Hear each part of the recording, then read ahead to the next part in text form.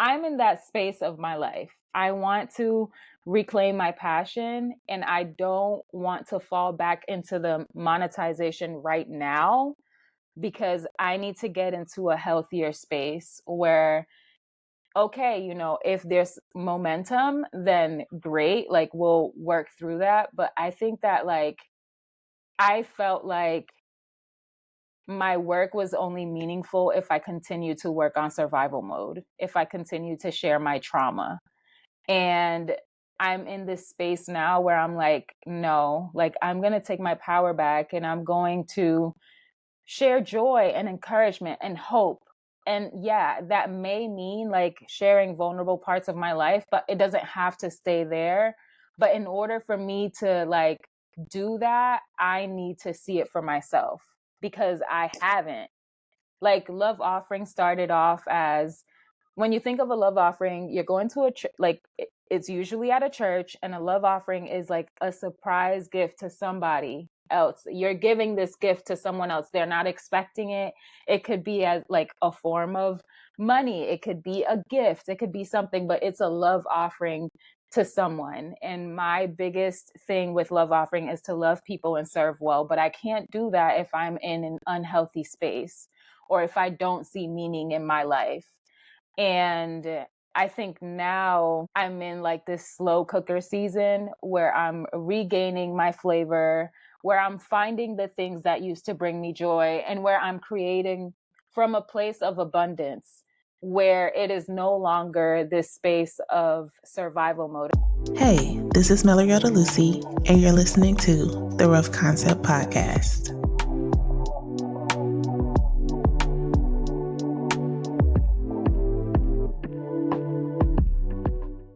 This is me getting into it. All right.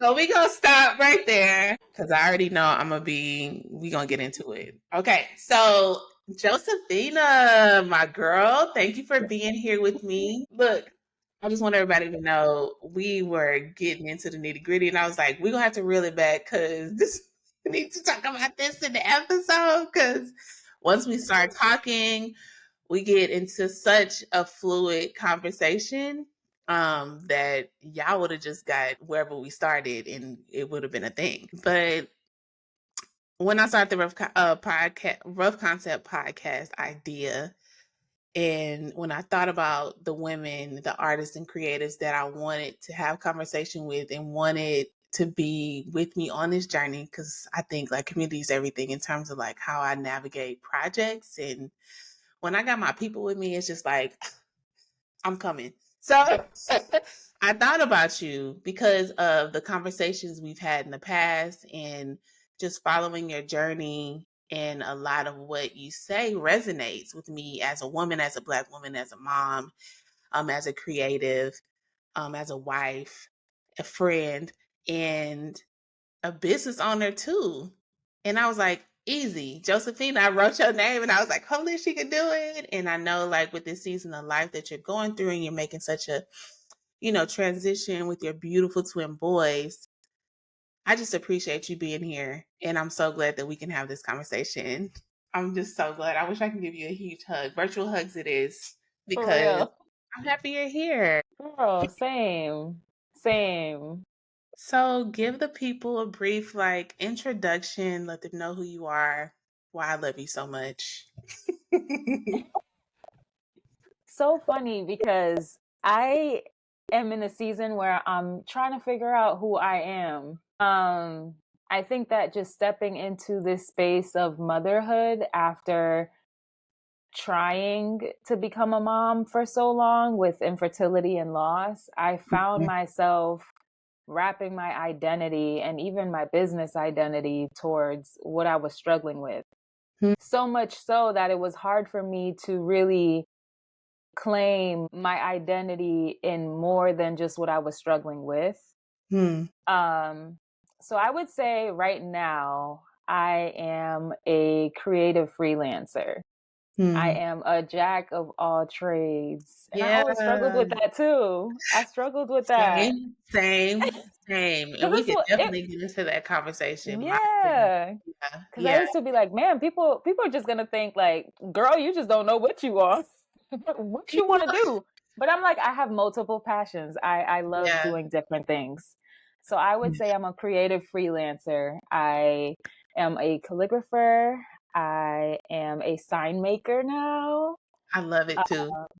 which has been so fun. We'll get into that later. Girl, I know. I seen your process. I was like, yes. Like, I just get so It's so excited. fun. Yeah, girl. I am starting to do some copywriting. Oh, So good. AI, don't be trying to take my Take my job. No, I don't think it'll ever replace humans. Look, why I be over here excited talking about, girl, you need to look and copy. Yeah, yeah. So yeah, so I'm an artist and I'm a writer. That's We'll leave it at that. I love Yeah. that. And who's to say we can't be a jack of all trades? And there's an extended part to that quote, which like when I learned about it, the way it's been said or how we've been like conditioned to think that meant wasn't the full story. And Mm, there's many layers to that. But wow. yeah, jack of all trades is a master of none. But where is it? I'm about to find this. Something Uh-uh. better than a master of one or something like that. I'll put it in the show notes or something. But that's not even the full scope of the quote. And I feel like, oh my God, it just confines so many people that, there's so much more for us to give. And when we Yes. navigate from that space, like, you're not even showing all of your, true gifts and your passions and stuff. Like, that was whack. But I'm going to And send it to it could you. be, I feel like people struggle to own that they are gifted in many aspects Yeah. because especially when you like look for somebody that might be interested in becoming an influencer or an artist, they're like, you need to find the three things that you want to talk about. And it's like three things. Well, what if I have five? Yeah. So they're telling you find your pillar or your niche. And it's Yeah. like, well, I do a lot of things. There are a Yeah. lot of things that shape up the values of my life. I Right. don't just have one thing that I value. There are many. Many So things. Yeah. I think getting to the place where I truly owned that I was more than just one thing allowed me to say, you know what? This is what I am. I'm a creative freelancer. Yeah. You And I want specifics? too. I'll give you specifics. I write, Right. I draw, I do calligraphy. Specializing in these things, but I'm a Yes. creative freelancer, 1%. And I feel like as we like navigate life and everything and we grow and we experience things, like we're gonna change. So when you say, you know what, I don't fully know. And you know what, it could change from creative freelancer. You probably want to do something else. Like, if we should give ourselves the freedom to do that, because then we're putting ourselves in a box. So no, today, Yes. loved your answer so much. And when you said that, I said, oh yeah, party time. We about to jump into this conversation. But how long have so we connected, because I know I was a calligrapher when I found you. I can't remember exactly when though. I think it just kind of Girl, it's like, been a long time. it's been a long time. I know I started in 20, so it must have been around that time because I was so excited to see another calligrapher, another Black woman calligrapher. And I was like, Because I, there's very yes, few. yeah, very few. And that was in like 2017. And I was just getting started with calligraphy and just following your journey. And I was just like, yes, yes, yes. And we connected at some point and I was just like, oh my God, I love her. And we finally met last year I know. in Yeah, it was last November. year. And like you build relationships on social media, right? And I guess for me, like, I always get nervous when I meet people in real life. Like, I know we've been good, we've been rocking, we've been FaceTiming, voice messaging back and forth. But when we gave each other a hug at Alex's event in Houston, I said, this experience was way better than I even imagined it would be, Yes. meeting you in person. It was just like, we've seen each other in real life before. And it was like, this moment had already happened, Yeah. and I loved it. And I'm just, yeah. Shout out to social media for the relationships that I've been able to have with other women. Sometimes social media be tripping. I give it side eye, but it has very beautiful parts. And I think Yeah. that's my number one, biggest thank you to like having this platform is meeting people. Yes. I think the biggest reason why I'm still on social media Yeah, exactly. is because I've met some of my greatest friends Yeah. there. Yeah. And it's still tough sometimes, Hmm. and I feel like these algorithms and how fast things are changing can Yeah. be super intimidating. But Right. I think just being in the season that I am now, I'm like, let's go back to the things that brought that joy and that spark and that love Yeah. for what you did before. I Right. think that we could just get so caught up in the nitty gritty and the, okay, like, I need to make this money. I need to The stats make and this much money. I need analytics, to, the money. Yeah. you That could it. get so caught up in that you forget like the joy and the intention that Yeah. you cultivated during that time that you spend on social media. Very Um, true. so it's interesting. Yeah.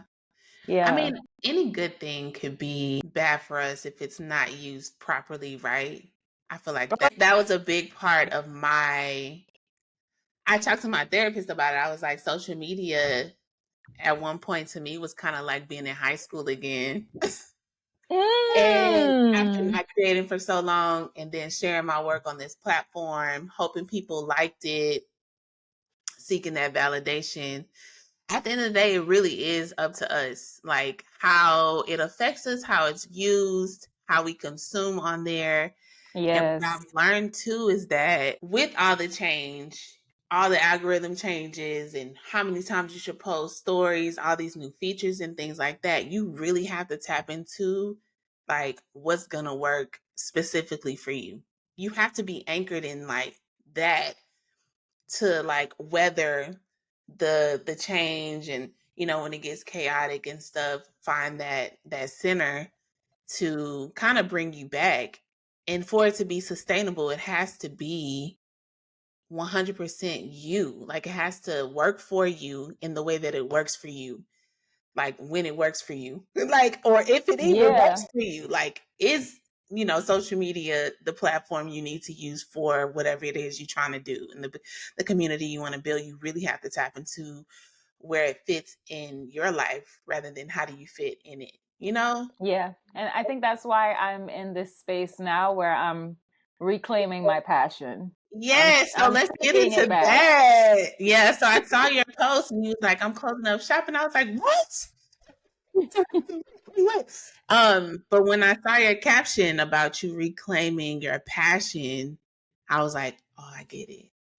And that's such a boss move to me. Like it's so bold, it's so courageous, especially when everything like always gets so monetized. Like, oh, you can make money doing that, or you can make money doing this. And then you start that thing and while being an artist and a calligrapher and a writer, you still have to make money. So how do you balance that? It's just like this consistent, like finding your rhythm between the two. You doing what you love, but you still got to pay your bills. Yeah. So sometimes there's friction in that. And, that's the time to, go back to the basics, the foundation, and see what needs to be changed or unpack that. So I would love for you to share that journey. Yeah. Yeah, I think say that it started like around 2020. Hmm. I think that with the rise of the Black Life Matters, Black Mhm. Lives movement, I got a tongue twister, but You good, girl. We out I here. felt like during that time, before that, I was being very intentional with the community I was cultivating through Instagram and social media. And once 2020 happened, I feel like just a bunch of people started following or buying my work out of guilt. And I don't know their heart, it might have not been that, but I feel like a lot of them hit that follow and started sharing about my work. Because, oh, I never seen this Black person before. Here's a Black person I follow. Here's whatever. Yeah. And I struggled with that because during that time I was grieving out loud. I was sharing these things. I was sharing my experience, but in a sense, I was seeking that validation where it was like, yo, like your feelings are valid. The reason you're upset is I feel you. But instead, like I started it was like a fast growth. And then I felt like I just needed to stay on top of my creativity and have stuff out. So then it was like 2020 became the year of feeling that pressure. So while this is happening, I get pregnant, I lose that baby after 3 years of trying to conceive and after 3 years of our first loss. So now I'm grieving from like what's happening. I'm grieving from resurfaced racial trauma that I experienced. I'm going through trauma that we are currently experiencing, like in our world. From every angle, right? On top of, like now you have this loss. So it was a ton of stuff happening at once. Yet I still felt like I need to be like producing. I need to be showing up. I need to continue because people want to see what I have to say. Right. But at that point, I was like, I am literally running myself dry. So this was already October 2020. And then we got pregnant with our twins in December 2020. So it wasn't even too like long of a time where I go from losing a baby to like now we're pregnant and now we're pregnant with two and it's a high risk pregnancy and there's two of them and you're going to the hospital like twice a week and I feel sick. I'm going, I can't keep anything down. I have an IV to keep me to give me food literally because I couldn't eat anything. I'm dropping weight on top of the pressure of showing up on social media, the trauma that resurfaced, the trauma from the loss, and now new trauma being added as you are literally walking through an answered prayer. Right.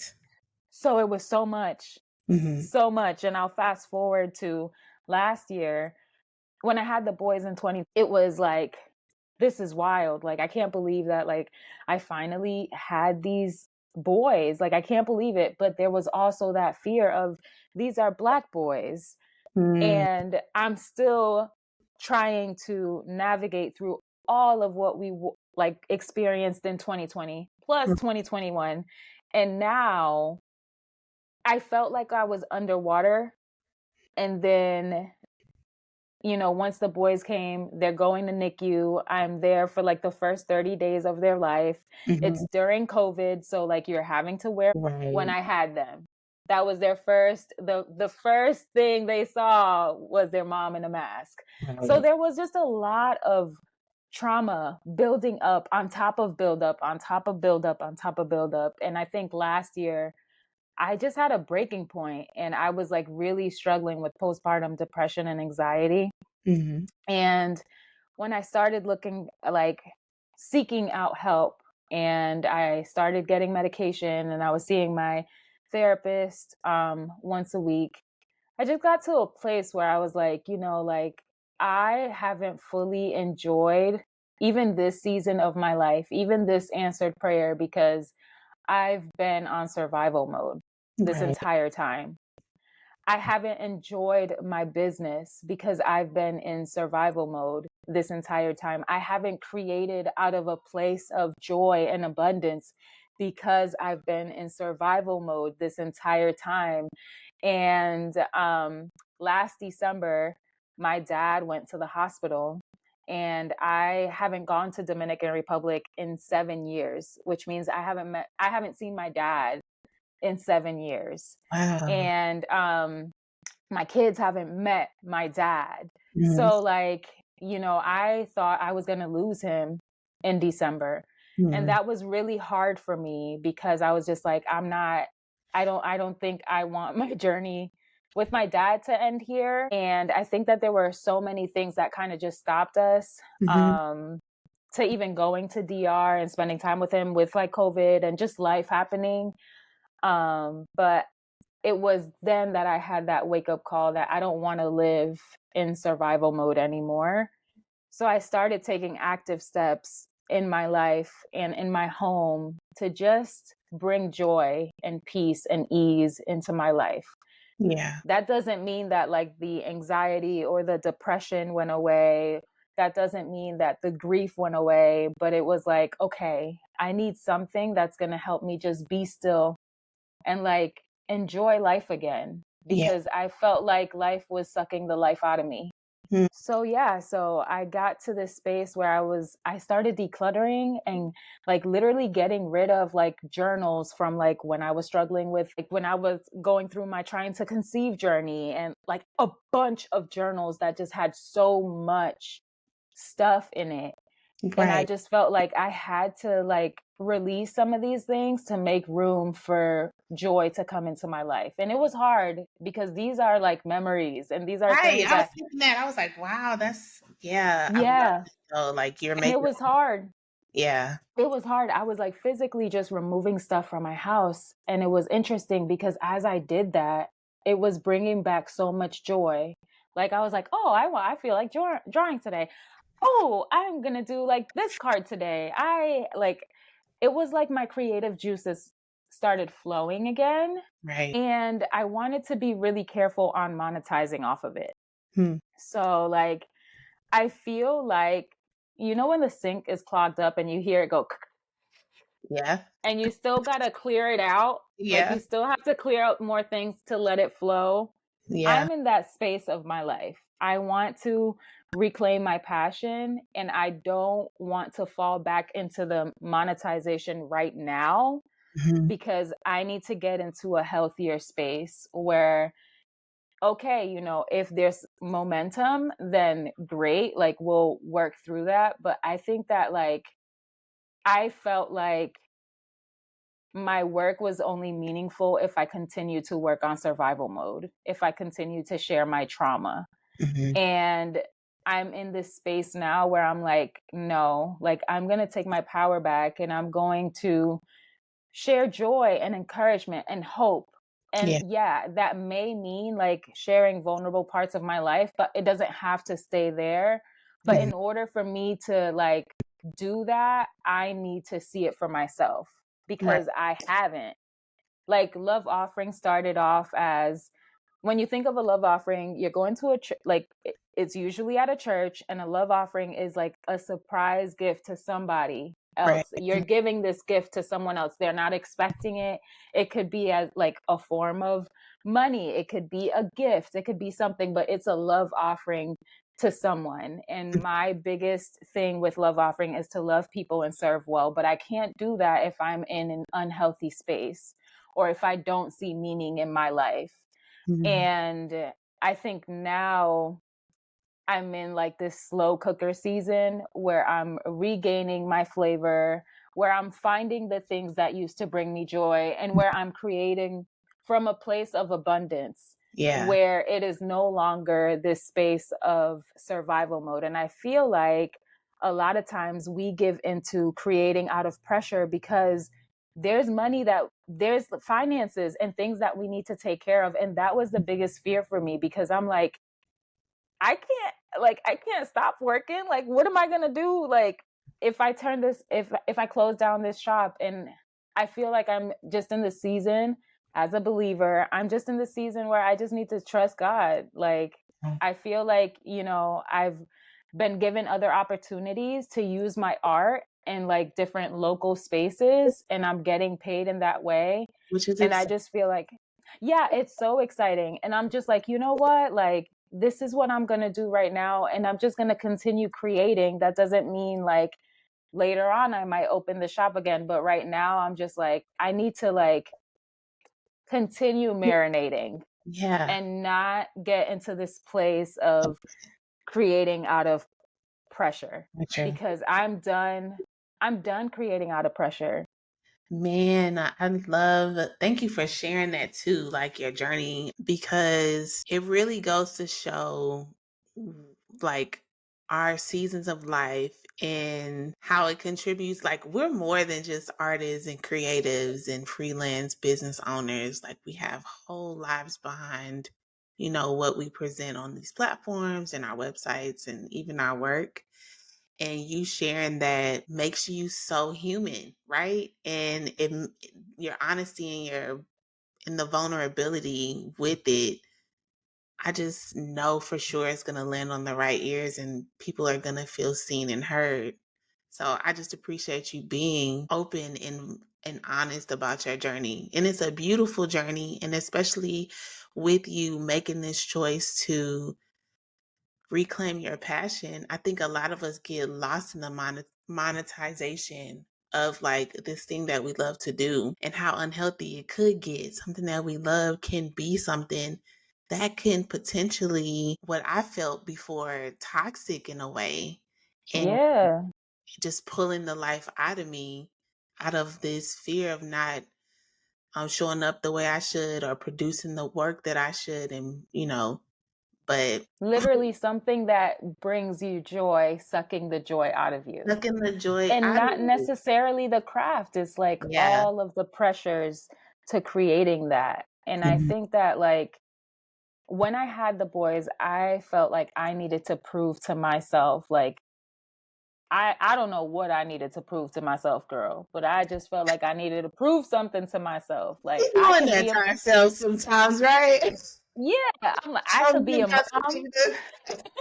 I want y'all to know that I'm a mom and I'm an entrepreneur and I can do this, I can do that. Yeah. And I think that a lot of it had to do with the built up trauma during the pregnancy and during Mhm. the birth, that I felt like I have to prove something. And no, you don't. Yeah. Like, you don't have to prove anything to nobody. And Yeah. I think that I just wrapped my identity and just made an idol out of my work. Mhm. And Oh, I feel that. now I'm just like, no, like, I don't want, that wasn't the intention of it. That is not, when you make an idol out of something, it now becomes the thing that you're worshiping. And I'm like, no, like, that is not what I'm living for. Right. Like, And then it I'm becomes I'm living to unrealistic. love people, serve them well, but I Yeah. also want my kids and I want myself to know that it is okay for me to just live. And I think it's hard when you're so dependent on this job, and Yeah. when you find this passion for this job, and like what you're doing, you're afraid to like have open hands towards it. And I think I had my hands clenched for too Oh, long. girl, you are so right. Oh my goodness. Like, I can't remember who I was talking to. I was like, I have this career that I have been wanting since I was a kid, right? It was Yeah, a dream. And I was told I couldn't have that because it was unsustainable, right? So now that I have this job and I'm bringing in money, we paying off debt with this job that mommy had that I have, and it's like now I'm like, I can't not, I have to, like, I'm holding on to it really, really tight because I don't want it to be taken from me. This thing that I was yeah, told I couldn't have for so long that I have. And now all of my energy is in keeping it like close to me. But in doing that, I'm not able to receive anything else with my hands closed, right? Because like having your hands open, that's a form of receiving. yeah, Girl.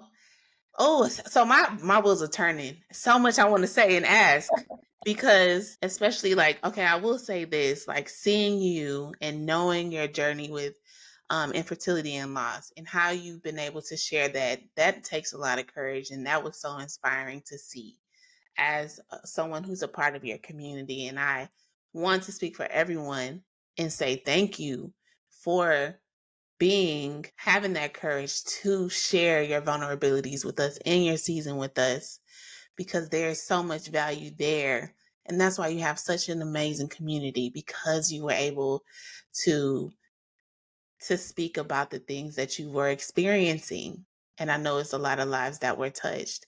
And now that you're in this season of being open to joy, right?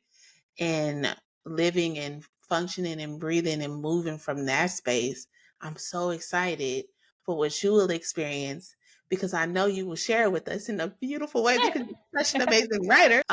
Imagine how impactful you would be in this space now in terms of creativity, in terms of like what you share, how you share it, and how you taking these moments for yourself and just walk through this. I'm excited for you. Like I know you saw me grinning and I was just like, girl, everything that you're sharing now, all of the really tough seasons you've been through, girl, like and how you are so aware and intentional with how you're moving forward now. I'm excited to see how everything unfolds because it's about to be fire. Like in terms Girl. of your journey, your healing journey as a wife, as a mom, and as just a woman and as a creative, right? In all aspects of your life, I just see so much like abundance of like joy. And then thank God too that you can have the awareness or, to know that you were operating from that space. Say, I don't want to operate from that space anymore. Like, that's not serving me. I then want to look at it this way. And girl, it's gonna start pouring in. I'm done. Like Yes, that I'm was ready. everything. Bring it here. Um, yeah, girl. Like so, that's exciting, and I love that you brought up 2020. And I don't know why, but I've been like hesitant to talk about that. Same. I don't know why, but I, as much as I appreciated having people see my work and having more eyes on my work as a Black artist, because we don't get a lot of that, right? In 20, Yep. sometimes I resent it Yeah. because it was done out of obligation and not out of true desire of some of the people Yes. that started following me. Because a lot of those people fell off. And I feel like now it's kind of like back to the to business. Although I know like there's still good that's being done. People are still intentional about, diversity and seeking out Black artists outside of like Black holidays like Juneteenth and Black History Month, like really wanting to see us from another lens. And we have so many Mm-hmm. layers to us, and we're human beings too. Like, you know what I'm saying? So sometimes I do resent it because I'm like, that was just for that moment. And now everybody's just like back to business as usual in some cases. I won't say everybody, but a lot of people are. Right. Yeah, And a lot of the companies that reached out to me or that highlighted me mhm, during that time or like sent me a DM talking about can we share your work, and right, I would ask them like what is your purpose to share my right. work, and they have this big grand idea, and then there's crickets. You Yeah, hear nothing. And right. I'm like, it's just interesting how during that time you still chose to monetize and profit off of us. Yeah. And then too, And that's where that pressure came from to yes, get my work. I think that's when because I was in a season where I was like, oh, discovering the things that I like to do, like live art and really getting into illustration. And I'm glad that, I was able to like, it prompted me to create more, to find my style and like, or refine it or whatnot. But I was just like, there was that pressure there. Oh, I got to keep showing up because yeah. finally, these people see us, right? Or, Finally, they see my brands talent. are Finally, seeing they're us, we're to getting pay up. kids. Yeah, like people are seeing us on this platform. And it's like, all right, time to show up. And Hmm. with that came the pressure and came like creating out of obligation or because I felt like I had to, that I wasn't really just doing it because I loved it. And then I was losing that time that I was using it for my own self care because art has been that for me since I was little. Yes. It turned into like, I don't want to draw today, like, or I don't want to work today, or like, I don't want to do anything in terms of art for a little bit, right? Because it was just like, That or even that's that wanting to explore. You didn't want to do that anymore because you knew people are going to buy from this. So I can't try this new thing. Like, Yeah. And out of fear to change and evolve and like different things. Like, oh, I want to talk about this, but I also want to talk about this, like, and as a Black woman, I was like, yes, I can speak from this space. Like, everybody's interested in learning about, like, with Black Lives Matter and, everything that was going on in 2020. Like, yeah, as a Black woman, this is going to affect me, and I'm going to be honest about how I feel. But there are other things that I like too. There are other layers to me, other passions. And I felt like a lot of people came to my page expecting me to talk about it. And I was just like, I'm gonna talk about it because it affects me in a huge way. I'm impacted by this, but be here for the rest of the stuff that I talk yeah. about too. It was And I just think so, it was so confining sometimes. that was that pressure that I also felt, Mhm, because it was like the only time y'all are willing to listen is if I'm sharing about me experiencing racism or mhm. how I feel about, the news that has been showing up. And I no longer wanted to saturate myself around the news anymore. Like, even Yes. now, like, I Yeah. don't want to. And it's not me being ignorant, it's something I see every day. Even when I look at Yeah. my kids, I'm like, I don't even want y'all to grow because I'm afraid of watching y'all. I'm afraid of Right. y'all becoming a threat to somebody because of your skin color. And Yeah. like, I no longer wanted my page to be a place where people could benefit off of my trauma. Yeah. That part. I was about to say that, like, benefit off the trauma that you experience. While I'm over here still going Yeah. and experiencing that trauma every time I share it, Yeah. but y'all aren't getting that in. Then Right. you're just saying, thank you for educating us. So thank you for raising awareness. You know what? Yeah. Y'all gonna have to find another page to get that awareness, because I'm just not the one. I had to step back and I said, is that the content you want to consistently talk about? Like, yes, it will come up. I will talk about it because Yeah. it's not a life that even if I try to escape, I'd be able to do it. I can't even, like, and that's why, like, I used to feel bad because I'd be like, oh my gosh, like, I really want to talk about it, but I need to process this. I need to go unpack this for myself, right? And just work Yeah. through it because I could say something without thinking because I'm trying to respond to it. No. And eventually I was like, you know what? I'm not going to put that on myself to do because I'm experiencing this, right? In my way. And I have the right to make space for myself, hold space for myself to feel these feelings or whatever. And do I even want to talk about it with y'all? Like, Right. is this Right. even what I want to post about? Like, it's just so much. And in that moment, I was like, I know that I'm not being ignorant or tone deaf or anything. Like, this is the life that No. I live that I can't even escape it as a Black woman. So, like, Exactly. I'm gonna give myself a moment. Right. And um, that's so, what I've been doing now. Like, if I yes, feel like this is something I want to talk about, then I'll do it. If hmm I really feel that conviction to do it. right, right, At this point, I'm like, if I need to process my feelings, I'm no longer going to allow myself to process it online. Like, yep, I'm going to process them. And if I still feel like something needs to be shared, then I'll share that. But at this point of my life, I'm just like, if it's adding more anxiety into my life, I don't want it. I don't need it. yeah, So I have get it. somebody else do it. Yeah, I know. Get I somebody was else to like, do it, because we ain't. I Mm-mm. know, I know. I do want to talk too about. I saw you mention postpartum depression and feeling the guilt with that because you have been trying for so long.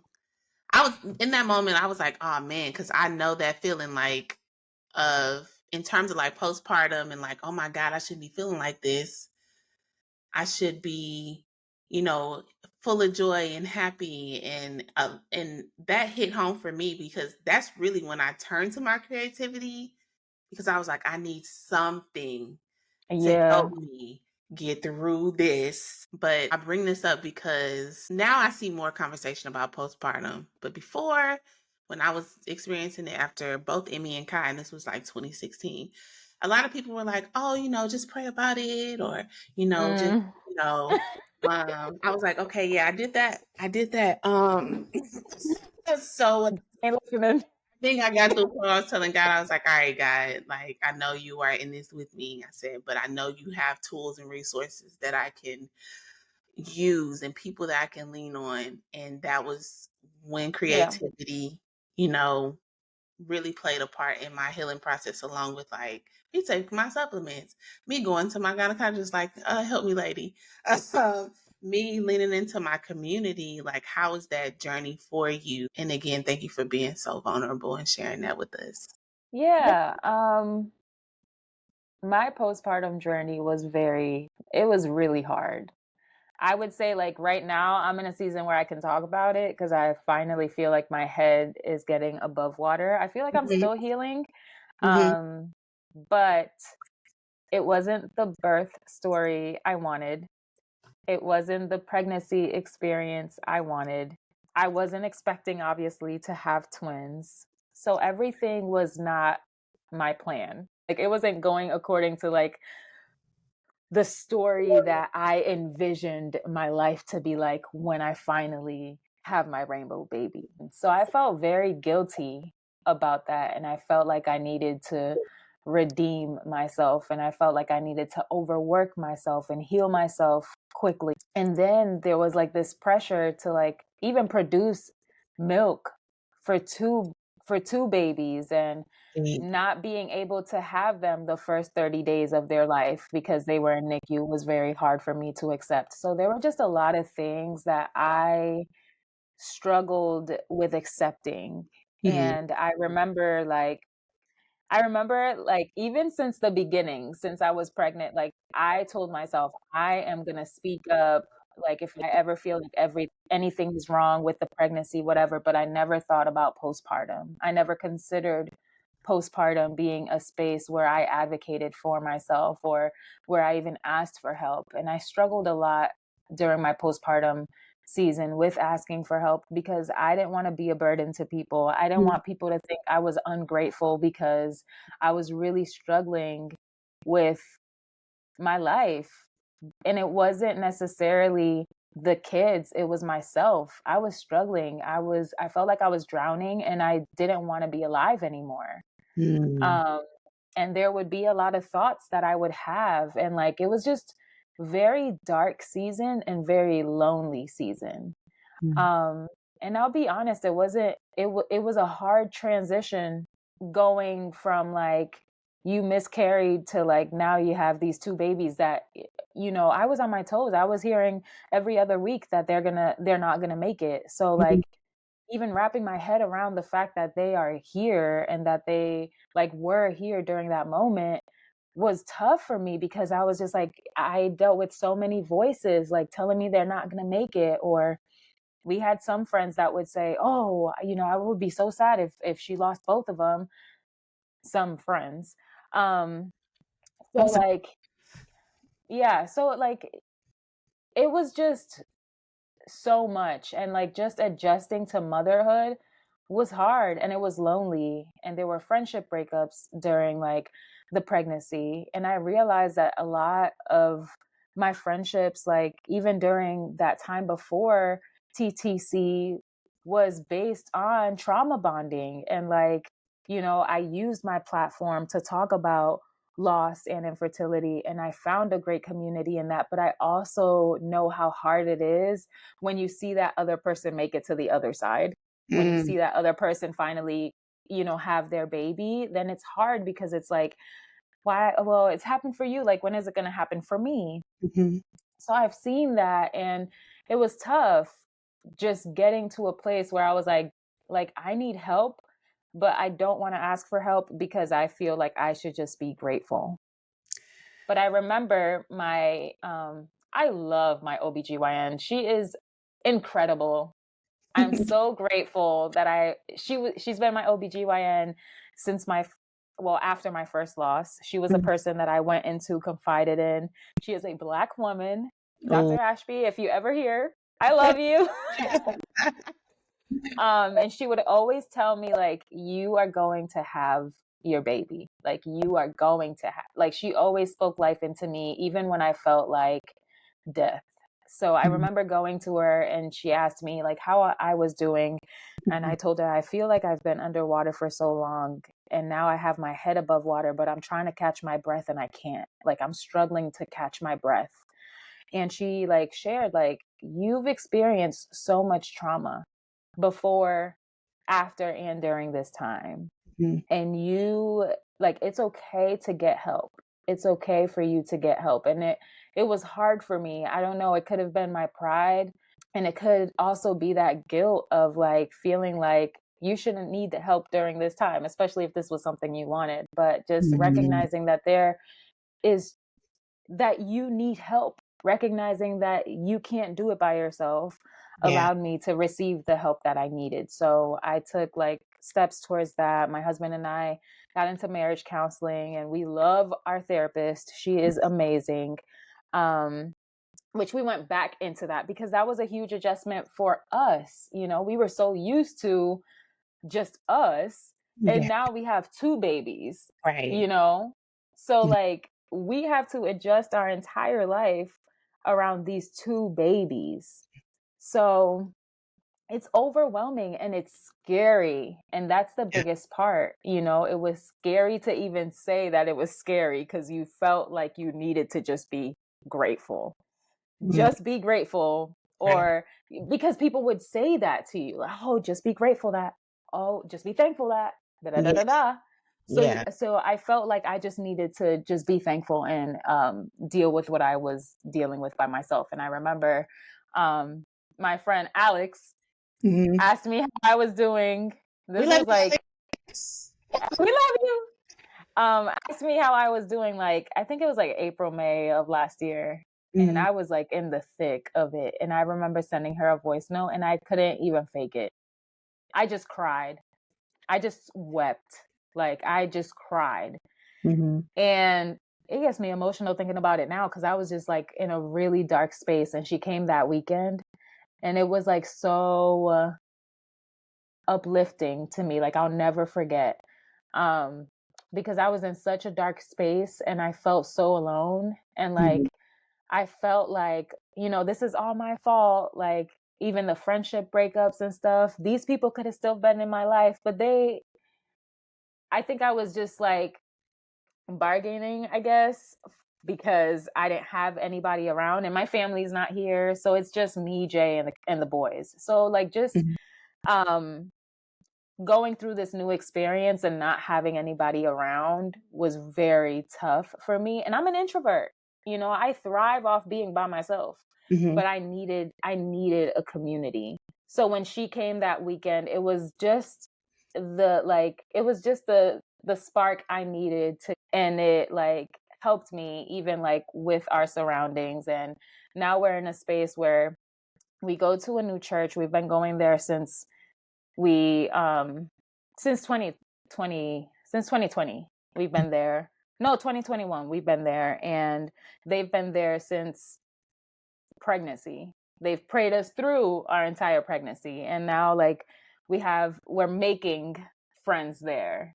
Uh-huh. And I'm in a space where I'm like, I need community, and I'm not going to be afraid to ask for community even if I feel like I'm betraying myself because I feel like too prideful to ask for help, or I Yeah. feel like I need to be thankful for this. I think that we can be grateful, but we can also ask for help. That doesn't Yeah. neglect. That doesn't mean gratitude. Doesn't mean that um, everything else is covered. Right. I Yep. can receive the help that I need and find gratitude where I'm at. Right. And we need So community. We need people. Like, thank God for our helpers. Thank God for our support system, yes, right? And like I said earlier, when I do anything, I know it's way better with other people with me than it is for me to do stuff by myself.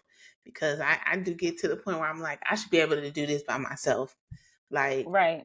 this whole thing started with me just doing it by myself. And I was like, I know that part of this is missing.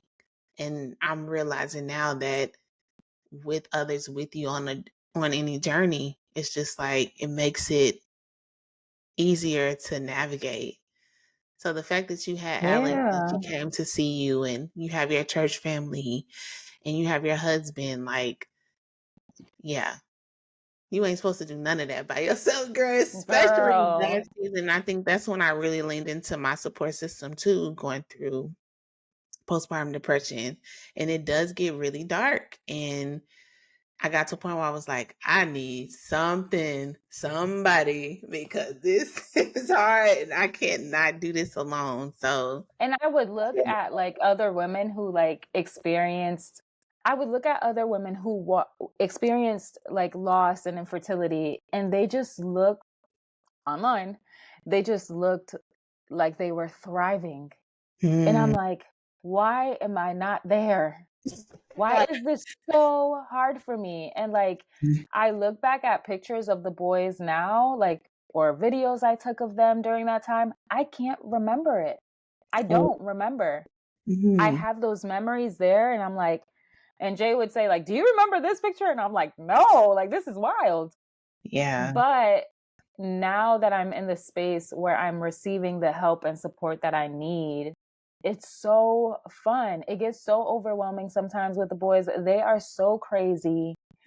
But it's like now, like, it's like my heart, like, just can't take so much of that love and of that joy. And like, there's even with like experiencing postpartum depression and anxiety, I feel no guilt in this season of my life. I feel no like guilt towards feeling that way, because I know it was just a part of that process for me. And Mhm. some women don't experience that. And good for you, Right. because let Everyone me tell you something, is it's different. rough. Yeah, it does. It's rough. But It at the does. same time, I'm just like, you know what? This has led me to the joy that I'm experiencing now. Yep. And I think that if I asked for help sooner, I wish that would be my one wish, that I Right. would have asked for help sooner and not allowed guilt or pride to consume me to the point that I felt like I should be doing this, like I should do this by myself. Yeah. Because truly it is a journey that you can't do by yourself. But being in a place where you don't have immediate support around you, it takes a toll on you. Yeah. But I'm just very grateful that even through that, like even my friends who were far, who lived further away, like we're still able to offer support. And I'm in a season now where I'm like, if I'm struggling, you gonna hear that I'm struggling, because I'm gonna tell you that I'm Okay. struggling. If you ask me how I'm doing, I'm gonna tell you I'm struggling. Yeah. Um, yeah, because I'm like, I think that it's complex when you've, in a sense, found your identity through struggle. So like, it's like, dang, I don't want to be that sob story. So it's that like guilt and those voices. But Mhm. I think now I'm in a space, like our therapist, our marriage therapist has like, she's so awesome. But one of the things that she's encouraged me to do is speak up when, as soon as I feel tension or if it's taken so long. Because growing up, you know, I wasn't taught, like, we were told not to say, if you struggling, if this is bothering you, you ain't telling no grown-ups what's going on. Right. And I think that a lot of this transition to motherhood and just seeing yourself and your children has also been, it has also resurfaced a lot of the trauma that I experienced as a child. And I feel sometimes like I just shrink and I don't like speak up. I don't share like how I feel, because I don't want to cause any friction or have someone feel bad. But she's like, no, you need to own the space that you're in, and you cannot feel guilty for someone else's, like how they receive the message, but Yeah. you need to speak up. And Yeah. I think that that was what I needed to hear, even in terms of like my artistic journey now and where I'm at, and just being real with myself. Yeah. Like, if I'm not okay and I know I'm not okay, like, I can't be the best mom I can be to my kids. I can't be the best version I can be for myself if I'm just not in a healthy space. Yeah. Yep. Oh my goodness. That's so many gems be dropping in this. But yeah, that is also true. And that's why it is so important for us too to realize for ourselves like the things that we experience and how we care for ourselves, how we live, what we consume, how we take care, that all it manifests in everything that we do, what we create, and how we show up for our families as moms, as wives, and as friends, and just as beings. And that's why I started I'm a Creative Being. So I did this short series where I was recording life behind the lens of like Instagram, just really to show my community that I'm still a mama, somebody wife. You know what I'm saying? Right. Outside of this, and there are really a lot more layers to me than what is presented here, and just to show the human side of this process, because for me, like a lot of what everything that I feel like as creatives, everything we create comes from something within at our core, what we've learned and Yes. something we've experienced and something that we desire to see for ourselves. And I was like, I want to start showing the process to that. I want to start talking about, yes, I'm creating and sketching Black women in confidence, and, speaking the message of making space for community and for yourself, or letting yourself be in community or in your power, like all these collections that I've developed over time. I said, but I want to talk about when that started. Like I want to talk about what sparked that moment or what I experienced. And I talk a lot about how this journey started for me, in a season of postpartum depression, turn into creativity, and God using that with many other things and people in my life to help me get through that season. That started with calligraphy, starting something new. And then my first collection with a Woman in Bloom, like when I was like, oh, I actually feel like I'm coming up for air, and I get to see myself, this new male, like at 30, what year was that? 32, or I was like 30. I was fresh in my 30s too, going through that and using that as a tool. But I just really wanted to start talking about how things unfold and how it starts not being how it finishes. And that's why this space was created, because a lot of what you've experienced in your life, right, has contributed to your creativity, negative and positive, like out of Yeah. pressure, but then too out of like needing something to unleash or to use it as a journaling or a meditation or something, to leave it on the paper, on the canvas, on like in terms of writing, like leaving it there. There are parts that contribute to what we create, because we're creating from our true, like our most authentic space, and Mm-hmm. whatever season of life we, navigating, both good and challenging, and, processing, healing, and growing our growth journey too. Um, and that's what this is all about. And I love to have these conversations. I will ask you this too. Tell us a little bit about how you navigate the creative process now, like today, and what it looks like. Oh, that's fun because it is completely different than Yep. what I did before. Mhm. I was taking art classes while I was pregnant, so it was great. Remember I that? loved it. I loved it. Yeah. And I'm like, "Oh, I can do that, once the boys are here." No. No, girl. It's completely different. Yeah. Now we do with what we got and Yeah. whatever time we have left. Yeah. Whatever time we working with, right? Yes. Yes. I feel So I that. think the process right now, Mhm. I had to, one, shift my mindset Mhm. of I am a full-time creative to Mhm. I am a full-time mom, and then I'm a creative second. Yep. And that was hard for me because I did not want to give that title up. Mm. Um, But I had to get to that space because it allowed me to, okay, once I get all these mommy duties taken care of, now I can fill up my cup, my creative cup, and Yeah. I would be able to create more. So there's a lot of lists in my replenish planner. I've been using my planner and I'll write down because we were talking about it earlier, but that brain fog is so real. And I will have like a bunch of tabs open with like stuff that needs to get done, and I will completely forget as soon as I have to change a dirty diaper. Yeah. And then I'm like, okay, what was I doing?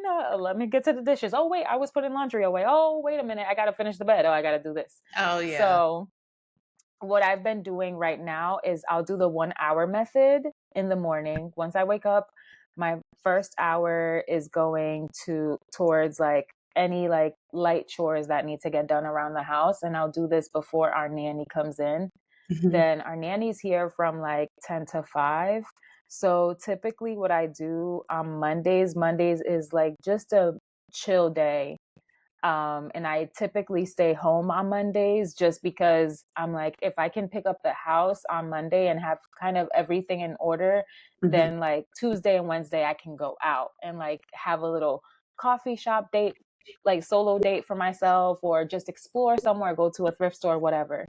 So my Mhm. creative process right now is just doing different things that like I enjoy. And Yeah. I'll take like a sketchbook with me, or I'll take my iPad with me, or a journal with me, and whether I want to read or write or something like that, time for myself is just how I create. Right. um, One of the things I've also added to my schedule is I'm writing and I'm using the Substack platform. Oh, I saw So that.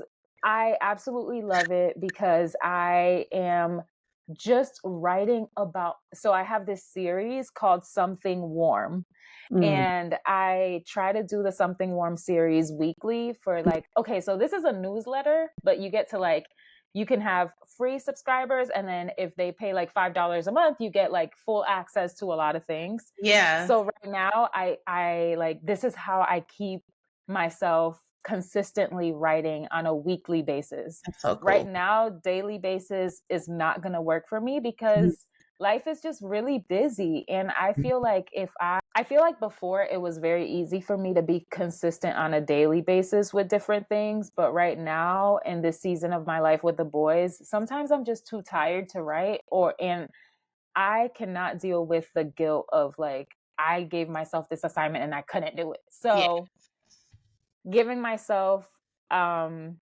allowing myself to see consistency on a weekly basis has been helpful. Mhm. So for Substack, that's what I've been doing. I've been writing a weekly, or trying to write weekly, since November. So like I'll send out, like, that's my writing that I get done for a week, and it's like a Mhm. weekly wrap up with like a reflection and with like a song that has been like playing around my playlist the entire week that I've been liking, and like journal questions, and that's been so fun. Yeah. That's I been can so fun. imagine that is fun. And it's like Yeah.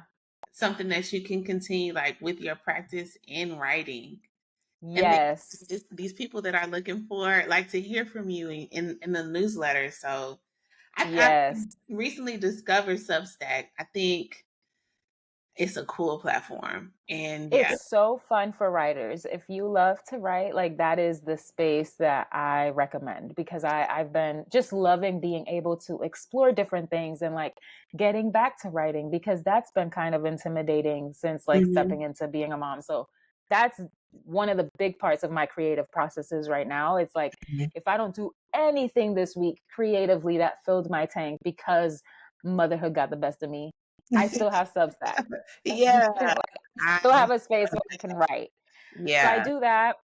I've been trying to do like a monthly art date. Mhm. So I don't know if you've ever heard of Case for Making, but they do like online classes, online art classes. So like sometimes I'll take an art class from them, or I'll do something for myself. I'll try to do that at Mhm. least once a month. What's another thing I've been doing a lot of like video recording. Oh, So I'm hoping to have a YouTube channel. yeah, you mentioned um YouTube. Okay, okay. I love Yeah, that. so Yeah. I'm going to like my creative process really it's just like I just want to share life Yeah. stuff on Yeah. YouTube. So like my trip to DR, like Mhm. me like seeing my dad for the first time in 7 years. Like I want to record that in a I know beautiful, like that's what artsy you do. way and like Yeah. share it on YouTube. So like video making has been really fun and like kind of exploring that. Uh-huh. My daily walks. I try to do a daily walk. If I can't do a daily walk, we try to do it like every other day, but Mhm. just going outside for the sake of our mental health, me, Yeah. the kids, and Jay. Like we just Yeah. all go outside and that's great. Yeah. Um, but yeah, right now it's just super simple, like just living life and trying to incorporate slower moments. So Yeah. changing my instant coffee maker to a espresso maker and I make my coffee on the stove. Oh yeah. That You used to allows drip me, too, right? You used to yes, drip too, because you got me on a Copper Cow, girl. I I'm love me some copper cow. girl, I give Copper Cow to people. Like I Copper did. cow. If y'all need copper cow, if y'all need somebody to do Cause you put anything, me on, and it's so good. So I love their remember stuff. that. Yeah, yeah, yeah. Love their stuff. So being able to just change some of the like daily things to like Mhm, something slower and more intentional has mhm. been fun. And even trying not to put that pressure on like cleaning the entire house because it's about to get messy in like 5 seconds with the kids. Don't I know it? Yeah, That's hard. yeah. That's hard. So I give myself like the 1 hour method to clean in the morning, Mhm. and I'll give myself like at least like 30 minutes before I'm going to bed to like pick up like any toys that are on the floor or anything like that. And then when I wake up the next day, then I'll like clean up some things that need to be clean. I'm gonna try Some, that. some, I'm gonna try that because I be getting lost in like the big thing and not taking it a step at a time. Yeah, and or a that's task at a hard. time. It's like, oh, I need to clean everything at once, and every time I clean, it needs to be like a deep clean. And my husband was like, just do what you can. Okay, give yourself 15 minutes. So I love like See, you give it yourself was an giving hour. me anxiety. Yeah, and then I don't do it. So then there's that. That way it's not No, serving. no, then I clean. Girl, not me. Then I clean and I'm mad. I'm mad cleaning. Like nobody know how to pick up after themselves. Like I just I gotta clean know, everything in this yeah. house. Yeah. Oh, girl. So the What 1 hour would method you is nice because you're yeah, just like put that timer on. You could spend like a couple like 10 minutes in your room, pick up, yeah, pick up, pick up, pick up. And then like, okay, once I'm out of this room, okay, let's go to the kitchen, let's wash the dishes, let's blah blah yeah. blah. So like it's nice because I then you're need like, okay, I need that timer life because I will make it a whole day, like huge project thing. And I think that's what overwhelms me for sure. So mm-hmm. I'm gonna have to try that, girl, because child, My listen. Mondays are the full day ones. Because, like, Okay. Mondays, since I decide to stay home, I just Yeah. do a full day and I'll do like cleaning and I'll do cooking at home and I'm Mhm. prepping for the week ahead. So, Yeah. like, Mondays is typically that day, which is funny because Saturdays used to be that day for my That's what I've parents. always known that day to be. Yeah, But Saturdays. I'm like, it's interesting. I just want the weekends to be so sacred between me and like my family, Yeah. especially like since Jay works like weekly. I'm like, like the weekends is for us. So Yeah. I rather just let the weekend be the weekend and like take care of the home and stuff like that on Mondays just because I just want to savor this time with them being so small and Mhm.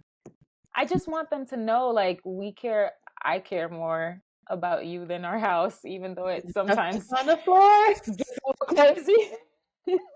You know what's funny? I told Kevin, I was like, I want Mondays to be my off day so I can get us all, ready for the week. And he was like, well, Monday's the start of the week. And I was just like, I think it's different because, like, corporate America, yeah, Monday is your start date. But my day is kind of like I have the flexibility to pick whatever day I want my week to start because Yes, am in charge of the schedule. So I love that you said that because Mondays, it just feels better for me to like plan the week out, get all the things together, clean up, yeah. all of that. But we'll see because it's summertime. So it's a whole new. Yes, girl. It's a whole new rhythm that's about to start playing. A whole nother song. I'm gonna have to catch the rhythm too. But we'll see how that looks Yeah. for the other Lucy household. But in terms of writing, what would you say? Because you like just glowed when you started talking about Substack and writing and things like that. And I love that.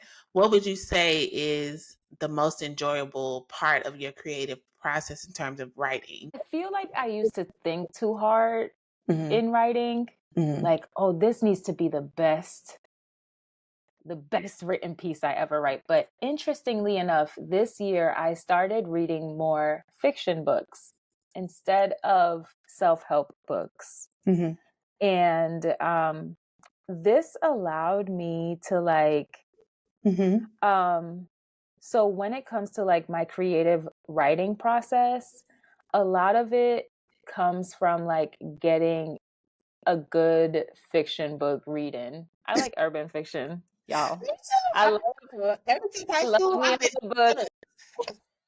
I love me a hood book, girl. Yes, I I read know. Cold, I read Cold this winter Oh earlier this year, yeah. and honey, I read that in like one day. That was the first urban fiction novel I ever read. And me and my Mine friends, was I Fly remember. Girl. Huh? Did you read Fly Girl? I did. Oh my God, yes. Like, okay, so Coldest Winter Ever was the first book. Me and my friends, we would pass books around. Like we would have like bring in a new book and we would move the first book out of the rotation. That was the first book, and ever since I have been hooked. And since I was a young girl, after I read that book, I always wanted my midnight. Yeah, that was me. That was me. I was Not that one. not us giggling. Yes, girl. I was like, oh my God, I can't wait to meet my midnight. Girl, Girl, how when are you there? I think okay, so Fly Girl was my first book and I used to love Omar Tyree. And Yeah. I was like, I'm gonna go to Howard University because that's where Omar Tyree went. Yes. Howard. Oh my goodness. But Yeah. I I love mean, yeah. Yeah, yeah. love me a good hood book. Mm-hmm. I read Before I Let Go. I finished that in less than 24 hours, girl. It was so good. I That's when you know it's sacrificed good though. sleep. That's when you know it's good. I When had a whole book. I got my whole book light. Jay's like, it's been a little while since you had your book light. Because I'll like just lay down on my bed. I have my little book light on and I'm just reading. That yeah. has brought me so much joy because it's helped my writing process. Mm. How Because so?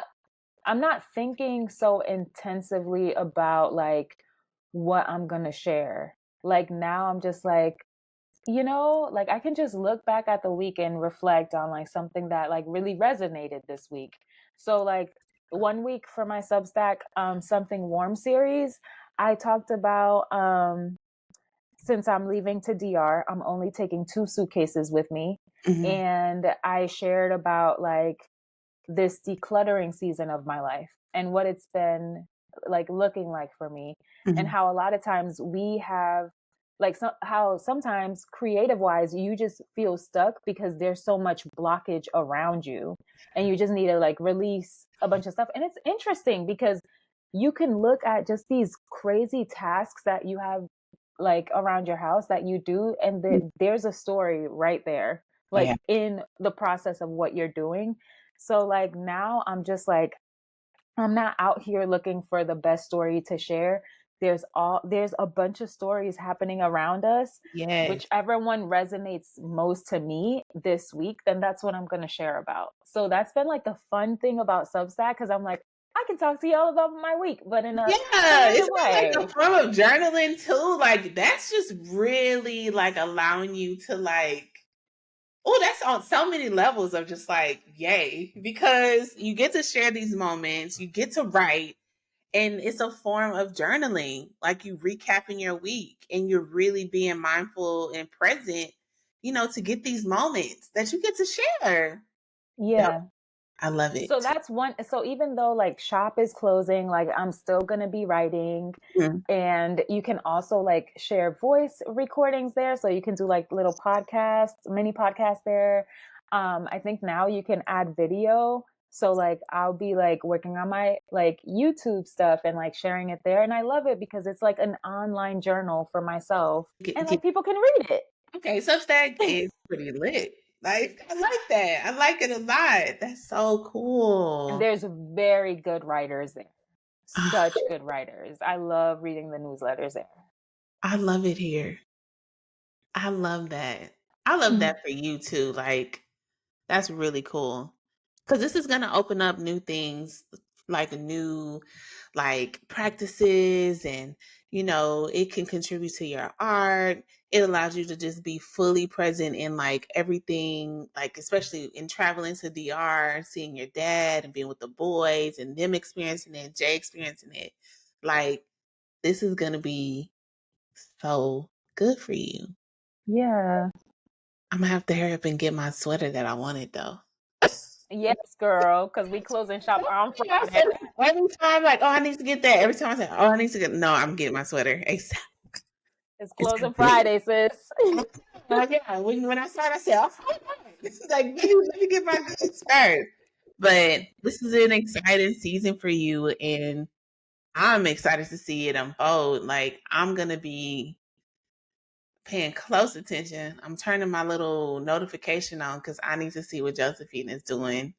I'm incredibly like inspired too by you and like your journey up until this point, and how you are sharing like this journey of joy now, and we want to see all the things. I'm excited for you, Thank you. for real. Last question though, and I've been asking everybody this, and it's been okay. I'm gonna say this. So every time I ask someone this question, they're like, oh, what I'm pretty much going to say to myself now, because I feel like everyone I've been talking to, we have been like approaching a new season, doing new things, which takes us back to when we were a beginner in the things that we're experts in now, right? Mm. And feeling that feeling that you felt before again, but from a new lens, as a new person, what would you tell Josefina at the beginning of her creative journey with everything you've experienced and know now, Mm. to pour into her, to encourage her and inspire her as she navigates her creative process and her journey? Yeah. Oh, you don't have to seek outside validation. You are worthy and joy is in you. Yeah. Yeah. I'm like Yeah. turning red and chills and everything, like just happening right now. That part. Oh, yeah. Full circle moment, honey. Yeah. Very much full circle. Because too, like you're even speaking to you now, Yeah. and what you know to be true now. Yeah. That's really cool, right? Yeah. Wow. I know. Because I know I talked to someone, another artist, and she was like, pretty, because I asked her, I said, what would you tell yourself, when you started your journey? She was like, well, because she's embarking on a new creative like medium and how she wants to evolve as an artist. And she was like, well, pretty much what I would want to tell myself now, because I am a beginner. And I was like, oh my God, that is a point. That is such a great point. Wow. Yeah. So, Girl, I'm writing it down. yes. Yeah, write that down. That was a gem. And you speaking to me too. Oh, you know Like, what? I'm changing it. what did you change it to? I changed the last part. You don't have to seek validation. You are worthy. Joy is already yours. I love that. Yeah. Yeah. Oh, Because we be looking for that validation to we fill our do. little joy tank. Yes. No, for real. Like, very, very, very that true. joy, that joy is there, sis. Look around. Yeah. It's around you while you look Just at like other art, places in front of you. Yeah. just like art, Yeah. just like story. Yeah. It's already there. But Yeah. sometimes we just get so caught up that we're like, we need the best one. Yep. It has to be I perfect. need the best art series. Right. The best collection, the best all the things. It needs to sell out in order for me to find validation in my work. Yep. It's so very true. Like, And I was thinking too, like, no one has the power, nothing or no one has the power to tell you otherwise. You have to know it for yourself. yeah.